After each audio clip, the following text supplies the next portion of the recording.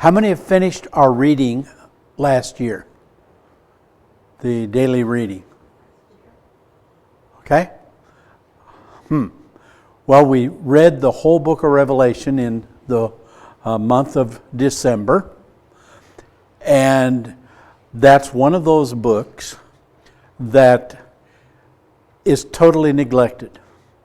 We don't read it. We don't preach about it. We don't talk about it. And then many of the denominational people, that's all they read and talk about. And they totally mess it up, and it's not right. And I made a habit in the years that I was in Tucson. I taught the book at least every third year, sometimes more. But I told the young man that I got to move there with me, I said, I teach it from the pulpit. That way nobody can ask stupid questions.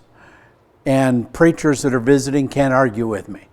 And because everybody has an opinion. And I have collected probably 50 books on the book of Revelation. And not any of them agree.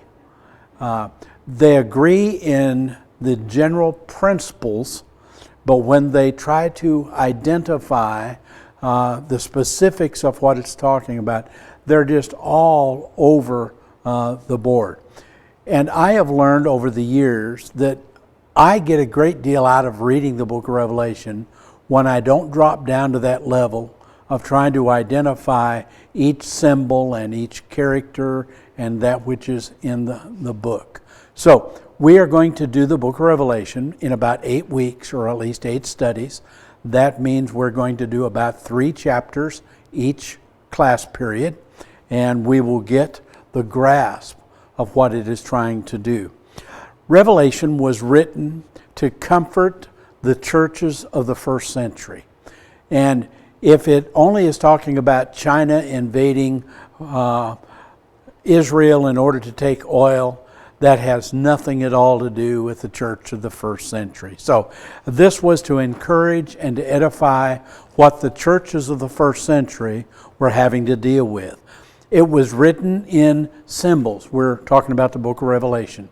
And when we talk about symbols, there's a word, it was called, it was signed, and signified is the way I like to do that. And that is, John will see something, and then it will tell you what it is. And what it is never what he saw. This was a picture or to signify something else. And so we need to figure out what does it signify and not what it is. In this, one of the things that I've watched, and even our brethren, the brethren that I admire and disagree with, but have these discussions, we tend to, or brethren tend to, and denominational people are worse, they jump back and forth. In the same passage, one thing will be literal and the next symbolic. And then they argue that everything has to be literal. And I'm going, too bad you don't make it that way. But it's not. In fact, very little of it will be literal. It's all what does it mean, not necessarily what does it say. And John is going to use a lot of Old Testament pictures and a lot of Old Testament terms, but they're not going to have the same meaning. Gog and Magog, that was 2 words taken out of Ezekiel, but John's use of them is nothing at all the way Ezekiel used those 2 terms. And so what we're trying to figure out is, what is the picture trying to tell you? What is it trying to show you? And the reason they did this was because pictures in the apocryphal type languages were graphic, and it grabs your attention. When you see a dragon that has a tail big enough to knock 1/3 of the stars of the heaven out of the sky. Do you know how big stars are? Do you know how many stars there are?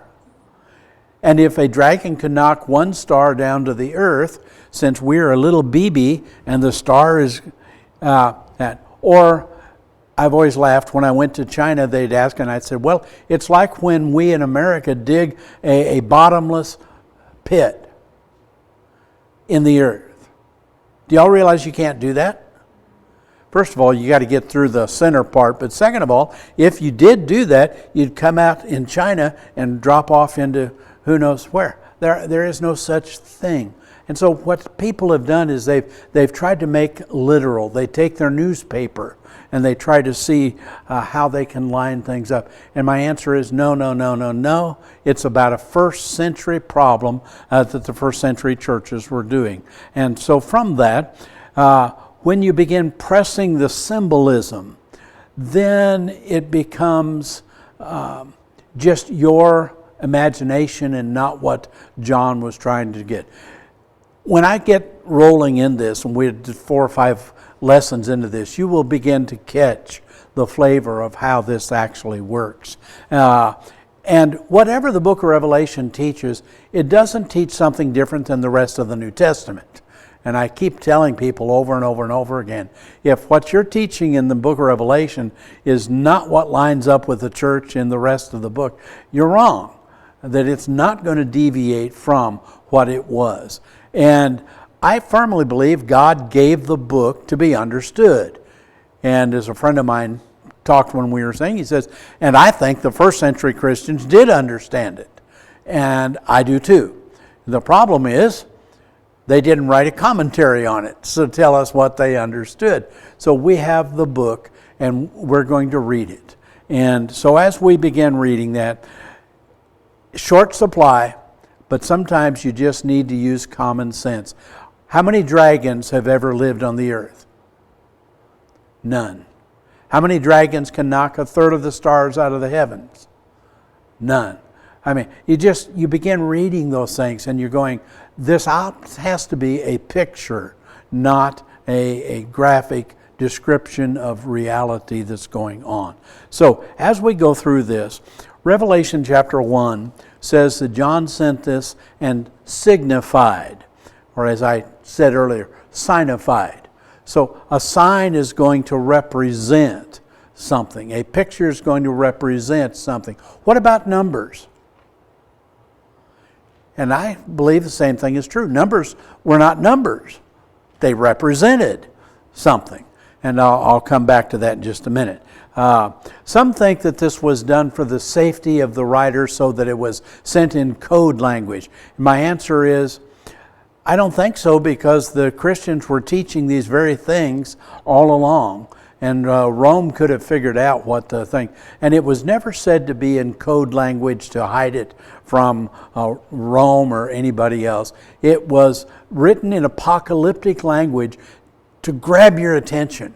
And I'm going to tell you, it grabs your attention. How many of you have ever sat down and read the whole book in one setting? You know, I find it hard pressed to find anybody that's ever done that besides me. And that's the only way I like to read it. When you read 2 verses here and another week goes by and you read 2 more verses, you're going to miss the whole point of the book. And it was primarily of benefit because the early churches were going through some major ordeals trying to get along with the Roman civilization. Not just the Roman emperor and not just the Roman government, but most of the churches had problems more with their family and their neighbors and the local synagogue and the local darmjans of the government. And so that was what they were having to deal with. And how are they supposed to do it? Jeff asked me if I was going to finish Romans, and we will, but let me jump back to Romans 12. We are to not be conformed to the world, but be transformed. And if you used to do those things and now you were converted, and I did that. I was over here and I was not a godly person, and all of my friends were fraternity brothers, and we were. Anyway, when I became converted, I quit doing all those things. And one by one, well, actually it was 10 by 10 by 10, I lost all my friends. But I had all my church friends. and that more than made up for this. But if you used to do that and now you quit, you can see how the family's going to have problems, and your neighbor's going to have problems, and your workmates, and this was what was going on to the early church. And they needed to realize that the message that we have is the message, as opposed to what the empire was giving. This is going to stress your faithfulness to God. In fact, we'll do some lists as we go along. And faithful and faithfulness are one of those key words that happens over and over and over and over again. What would make it difficult for you to be faithful to the Lord? Well, if you had one of those jobs that was going to require you to do things that were ungodly, do you keep your job? Or do you remain faithful? That. If your family has got pressure on you, do you keep your family? Or are you going to be faithful to God? And these were the things that were so difficult in the first century and in the 21st century. It hasn't changed a lot of that. And so it expresses ideas and principles with descriptions, with these pictures, with these big concepts that just kind of grab a hold of you as you begin reading them. And what it does is it describes the indescribable. So Jeff, describe the color blue. I'm blind. Describe it to me. And you're going, how do you describe the color blue to a blind man? And, well, it's not red. You can tell him if you combine this and this, you end up with blue as a... And you can't really describe that. So how do you describe heaven? How do you describe spirit? I have a spirit. What is that? What does it look like? How tall is it? And so how do you describe those things? And so what we're going to do is we're going to use pictures. And pictures are going to do. But I'm going to warn you. You'll start off and you'll see a picture. And the next verse, in fact, sometimes before you get to the end of the verse, the picture has changed. How many of you have had dreams that did that? All of a sudden you're dreaming and you're doing this, and the next, and it doesn't make a lick of sense. Most dreams don't, but they're just dreams. John is going to use over 350 allusions to the Old Testament and almost no quotes. Absolutely fascinating to me. But the allusions are taken from the Old Testament. For example, God delivered Israel out of Egypt, and the way he did that was fire and brimstone and hailstones. And that. How does God deliver his people today from the world? And the answer is, we're going to talk about the same thing, hail and fire. And so the picture is not the same picture, but it is using the same description for two different situations. One of the problems we have is trying to figure out when all of this got fulfilled. And the best thing I can tell you is right there in chapter 1, John is told that he's to write down these things that he has seen, for they must shortly come to pass. And I was talking with my dad before I converted him about that one day, because they were having these classes on that. And I said, Dad, that says those things are going to shortly come to pass. And he said, yeah, maybe tomorrow. I said, no. John said they would shortly come to pass in John's time, not 2,000 years later. And no, he finally understood, but that's what happens. Shortly come to pass is not our shortly, but their shortly. So whatever had happened, it's mostly long gone except for the last couple of chapters, which are talking about entering into eternity on that. So, that must shortly come to pass. Verse 3, he said, for the time is near. Chapter 22 must shortly take place. chapter 22, verse 7, behold, I come quickly. And so what we have with this was a message to the first century church to help them make it through the problems that they were doing on that. That was repeated a whole bunch of times. It was a warning to the church because what they were going through could cause them to fall away. For example, out of all of the churches that we see in the 7 churches, most of them didn't make it. By the 2nd century, they were gone. It's just amazing. How many of you know of congregations that are over 50 years old? I know a couple. How many of you know congregations that have come and gone? All over Texas, all over Arizona, all over California. That's because for churches to stay sound and following, the world changes and they change. So it's difficult, and John was trying to get the churches of the first century to remain faithful. But it's also a warning to the enemies of the church. Revelation chapter 17, verse 14. I'll write that down and memorize it. I'm going to make you quote that every week as we go through class. And these shall make war with the Lamb, and he will overcome, because he is King of Kings and Lord of Lords. Who's going to fight with Jesus? The world has fought for 2,000 years. And they lose every generation, every battle, every war, and eventually they will lose everything. And so it was a warning to the enemies of the church. To paraphrase what God had Moses tell Pharaoh, let my people go. Leave them alone. Hands off. They're my people. You're not going to do that to them. And so it also gives us comfort to those who are sorrowing. How many of us have lost loved ones that we're longing to see again? And it will happen.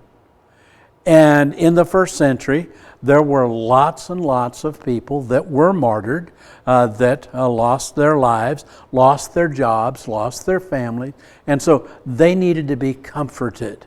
And so better is yet to come. If you're faithful for this, what's in store is far, far better. But you better be convinced of that as you go through these problems. And then people get discouraged. I've done this, preaching all these years. You talk with people and you talk with people, and then after you've worked really hard and somebody is converted and then they walk away and fall, it's discouraging. When you're working as hard as you can and then the brethren start to fight, it's discouraging. And so John was trying to write a book that would encourage those that have been discouraged from that. So God sees our tears. What did Brandon preach on Sunday? Does anybody remember the title? Where do your tears go? They go to God's bottle and He keeps them for you. And He knows about that. Their prayers will rule the world, because the incense that goes up is the prayers of the saints. And what that means is they go to the very face of God, to the ears of God. God sees and God hears and God answers prayer. One of my favorite titles for God, O Thou that hearest prayer. And that's the way God is. Their deaths are noticed. Precious in the sight of the Lord is the death of His saints. Okay? Heaven is going to be worth the pain. Whatever we go through, when you see that first day, wow. And I'm going to say the opposite is true.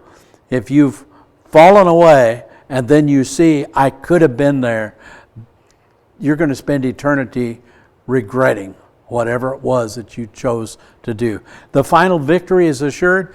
God wins, God wins, God wins, Satan loses, Satan loses, Satan loses. Almost every chapter is going to have one of those two or both of those concepts for you. So which side do you want to be on? It's not a matter of who's going to win. It's a matter of which side do I choose to be there. And for those that have been martyred, they cried out, "How long?" And God says, "In a short while, and they will be avenged for what took place." And above all, Christ lives and reigns. He is King of Kings. He is Lord of Lords. Have I told you anything that you don't know yet? Really, the book of Revelation is not going to tell you anything you don't know. It's just going to tell it to you in a way you never thought about or pictured or saw on that. So, to the church in general, it tells us we need to draw close unto God and stay there. Whatever happens in this life, be faithful unto death. Individual saints, we have a friend, chapter 22. How many songs do we have in our songbook about Jesus being our friend? What a friend we have in Jesus, etc., etc., etc. To Satan, I do not understand this. If you do, explain it to me sometime. Satan knows God. Satan knows Jesus. Satan saw what was going on with Jesus, and he fights. God tells Satan, "You're going to lose." And what does Satan respond? He just keeps on fighting and keeps on fighting and keeps on fighting. And he's going to lose. And the final analysis, hell was made for Satan and his angels. Not for you. God didn't want you to go there. But it was made for Satan and those that do that. And the message to the lost is always the same. Come. The picture I always have is of the prodigal son's father, standing there every day looking down the road to see, is today the day he comes back? Is today they coming back? Oh, I want them to come back. And when he sees the son coming up the road, what does the father do? Runs and grabs him and is overjoyed. Won't even let the son confess and apologize for what he has done. That's the picture I have of God. He wants us to come and to live with him. And so many people have the idea God's just waiting to send you to hell. And he's not. He doesn't want you to go there. And so the reader at the end is, don't change any of this. If you add to it, I'm going to add to you the burdens. If you subtract from it, I'm going to subtract from the tree of life what would have been yours. So don't add and don't subtract. That was repeated some 10 times in the Bible. Don't do it. God means what he says. So on this, in Revelation chapter 17, verse 14, these will make war with the Lamb, and the Lamb will overcome them, for he is Lord of Lords, King of Kings, and those who are with him are the called and the chosen and the faithful. If you want to be with the Lord, make sure you're one of the called that has been chosen and are faithful, because the Lord is going to win. How many of you already believe that? What would you have to be able to do to overthrow God? You can't. That's what makes me shake my head when I think about Satan. But he's going to try. And you're going, that's so stupid. And he's been told. But he keeps going and keeps going and keeps going. Revelation 19, verse 6. I heard as it were the voice of a great multitude, the sound of many waters, and the sound of the mighty thunder, saying, Alleluia, for the Lord God omnipotent. That means what? Omni means all, and potent means powerful. All powerful. In fact, many of the translations now just use that word because our young people don't know what omnipotent is, and they haven't studied Latin, so they can't put those words together. And it simply is God is all powerful. God can do everything that is possible to be done. Time out. Can God make a square circle? The answer is no. it's impossible by definition. What do you have when you have a circle? Round. What do you have when you have a square? Not round. By definition. So that was just one of those things that people concocted thinking that they were being cute. And I used it when I was in college. And now I'm sorry that I did, because it's just dumb, is what it is. So God can do all that is possible to be done. Can God die? No. Can God lie? Now, there are some things the Bible will tell you He can't do that, because that's against His very nature and character. That's not who He is. And then Revelation 11, the seventh angel sounded, there was loud voices in heaven, the kingdoms of this world have become the kingdoms of our Lord, and He shall reign forever and ever and ever. Into the ages of the ages of the ages. When we've been there 10,000 years, it's just barely begun.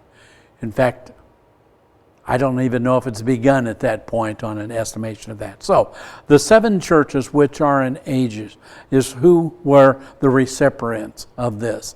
Not the seven churches of the 21st century that existed in no, the seven churches that weren't in. It wasn't even to the seven churches in Judea.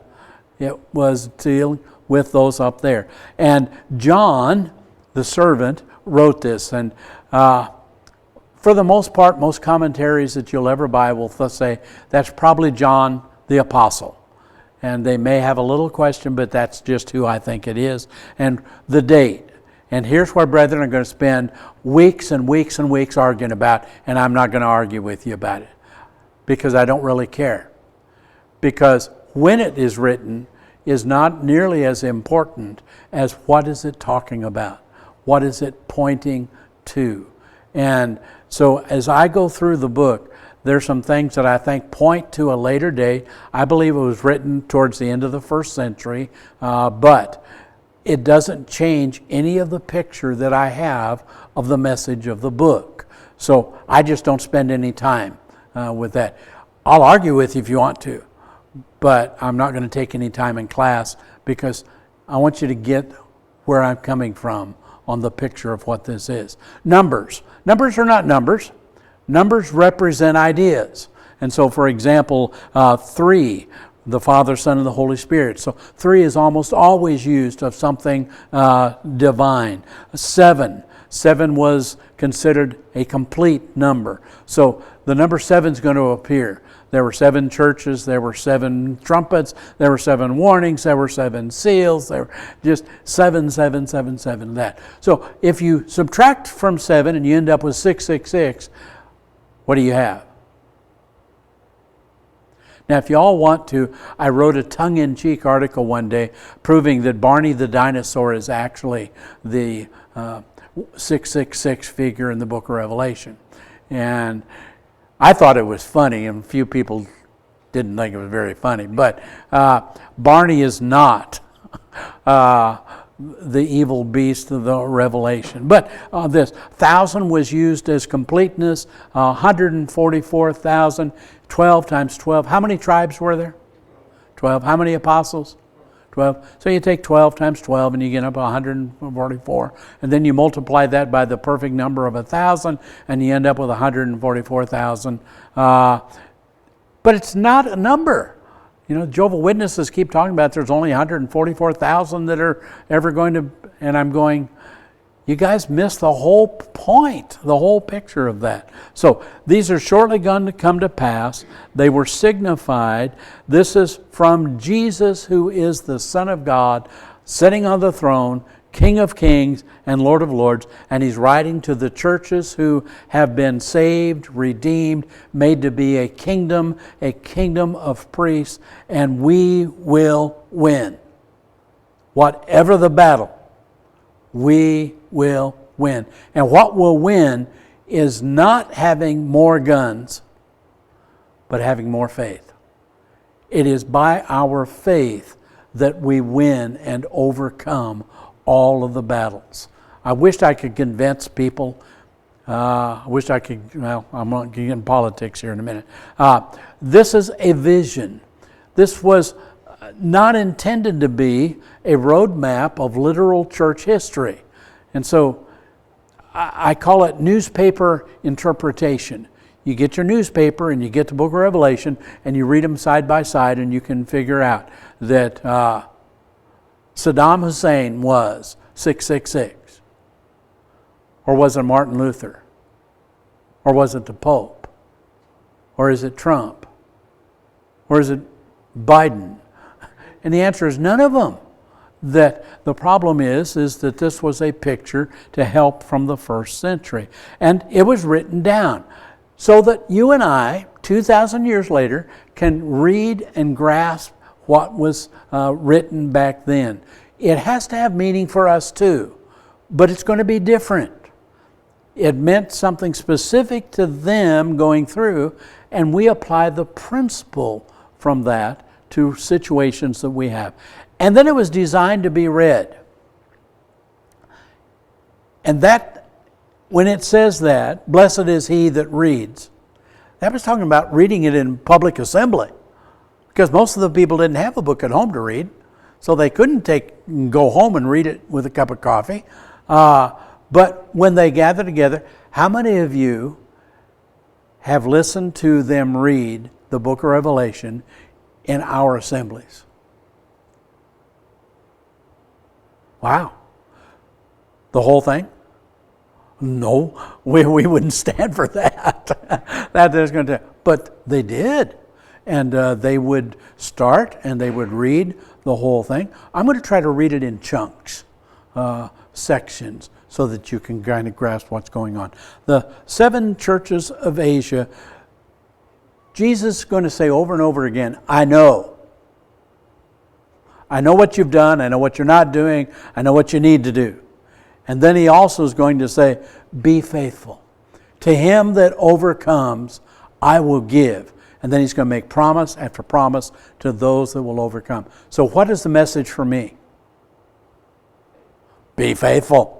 Whatever happens, don't quit. Don't give up on that. Does Jesus know? Do we have a song in our songbook, Jeff? Do you remember what that was? Okay. Yeah, does Jesus care? And the answer is yes, he does on both of those. Now, if you're going to go doing stuff that's dumb and sinful, that's not a very comforting thought. Do y'all remember the other song? I haven't seen it and sung it in years. The All-Seeing Eye. I hated, because the first time I read that, what I pictured was this eyeball floating in the sky. And again, that's much like what you will read in Revelation. It's not an eyeball floating in heaven on that. It's the idea that God sees and God knows everything, including the thoughts and the intents of our heart. Now, down clear in the bottom right-hand corner is where Jerusalem is, and we've left that. Now, by the time we get to where this is written, the churches that are mentioned are clear up in Turkey, and they're clear on the far end of Turkey. And all 7 of them are gone now. There's no churches in those cities. Most of the cities are gone from that standpoint. So my point on this is, whatever emphasis that John is making, it's not about what's going on down here in Jerusalem. It's about what's going on with the churches as they face the world, wherever they may be. And so we serve that. But I've learned when I went to China, they face the same problems. We have little different politics, we have different rules, but by and large it's the same problem. So in chapter 4, God rules. He sits on the throne, He is God, He will always be God, and everybody in heaven says amen. That's the way that is. And He is worshipped. Chapter 5, Jesus is the Lamb that was slain, that is now the King of Kings and Lord of Lords. So John turned to see the lamb, and what he saw was a lion. He turns to see the lion, and what he sees is a lamb. Actually, what he sees is Jesus. What he sees is Jesus as King and as Lord on that. He was the one worthy to open the scroll that will tell us what's going to happen. He is worshiped. So here's a very brief outline of the book of Revelation. Very brief. I didn't make a handout, so you don't get one today. Introduction. Jesus, the kingdom and tribulation, chapter 1. Chapter 2 and 3, to the 7 churches of Asia, specifically what's going on. Chapter 4 and 5, what's going on in heaven. Now what's going on down here? What's important is what's going on up here in heaven. And the answer is, what's always gone on? God on the throne, worshiped and served by all creation on that. And then chapter 6 through chapter 11, it's going to begin showing you that down here, and see we got 2 different pictures. Up there, 4 and 5, and down here. And we're going to spend the rest of the book down here talking about it, but we're going to talk about it from God's perspective, what He is seeing on that. So chapter 6, there's a big battle that's going on. In the first century, is it still going on? Yes. Same war. And Satan is doing the same thing that he's always done. And who's winning? What does it appear to be who's winning? But he's not. He's going to lose. And so we want to be on God's side from that. Then we're going to have chapters 12 through 14. Jesus and Satan. And Satan tries to stop the very birth and coming of Jesus, and that fails. So he persecutes Jesus, that fails. So he begins persecuting the church. And what's going to happen? You're going to fail. He's going to lose every single time. And that's what God wanted the early church to grasp. And don't let go of this. Satan is going to look like a beast that you cannot beat. But he's already lost. God's going to see to that. Verses 15 through 16, chapter 15, 16, are the 7 bowls of judgment.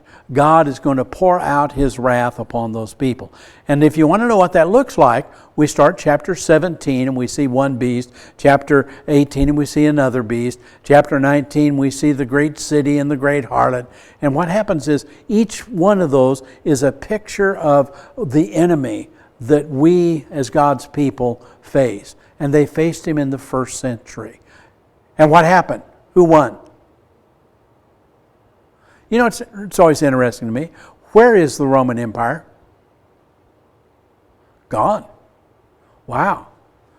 How can that be? And the answer is, it went the same place that the Hittite Empire went. The same place that the Greeks went. Can you all name the major empires of the world and the deals with the Bible? Eat a big pie, grow round. Egypt, Assyria, Babylon, Persia, Greece, and Rome. And I don't know who came up with that silly little anagram thing on that, but those are the 6. What happened to all of them? They're gone. Now, is Egypt still there? No. There is a people that live in the same land that Egypt lived in, but there's no Pharaoh. Those laws are gone. Their religion is gone. Now it's run by Islam, and it has nothing at all to do with the Egypt. What about Israel? Careful now. Israel is not the Israel of the Bible.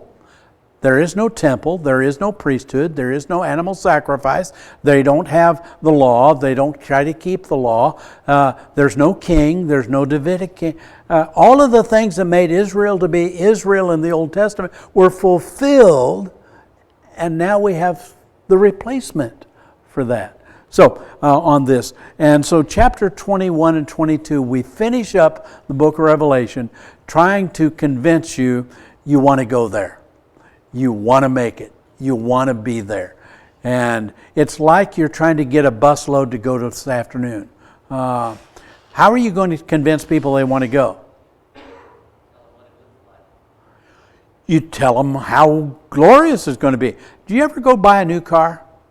You walk onto the car lot, and the first thing the guy does is he hands you the keys to a new car. Let's take it for a test drive, and you drive. Why in the world do they do that? They want you to sit in a new car and become dissatisfied with your old car.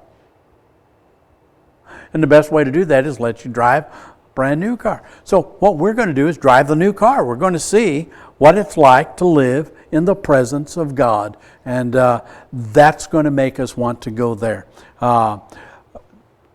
Chapter 6 through 7, we're not going to get anywhere close to this.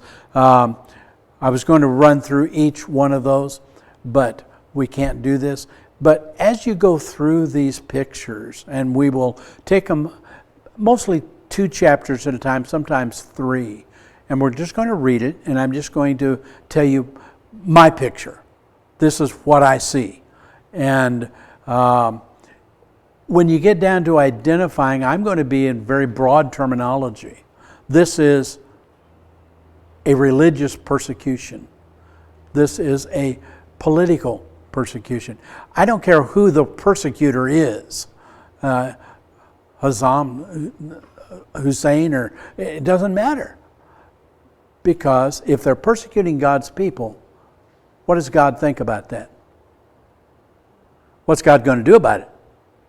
And the answer is, God will retribute the bowls of wrath on all of those. What's He going to do to us that are persecuted? Well, now be careful. Will He take away your trouble? We live in a fantasy land of religion that if you just become a disciple of Jesus, whatever you think that means, then God's going to take away all of your troubles. So you're going to have a better looking husband. He's going to have a better job. You're going to live in a bigger house. You're going to drive a newer car. All just because if you become a Christian. No. In fact, most of the Christians, when they became Christians, their worldly life became worse. And God gave them the strength to endure. God gave them what they needed to endure. But He didn't take them out of the tribulation. He helped them to go through the tribulation. And that's something that I've emphasized. Do you realize how special we are as a country? I was telling somebody that got into this, I said, the poorest people in America are in the top 1% of the wealthiest people in the world. And you really got to go do the numbers, and you'll see that that's true. And if you don't believe me, if I get to ever make another trip to China, I'm going to take you with me. And you'll get to see what it's like in a third world country. Or I can take you to Oklahoma.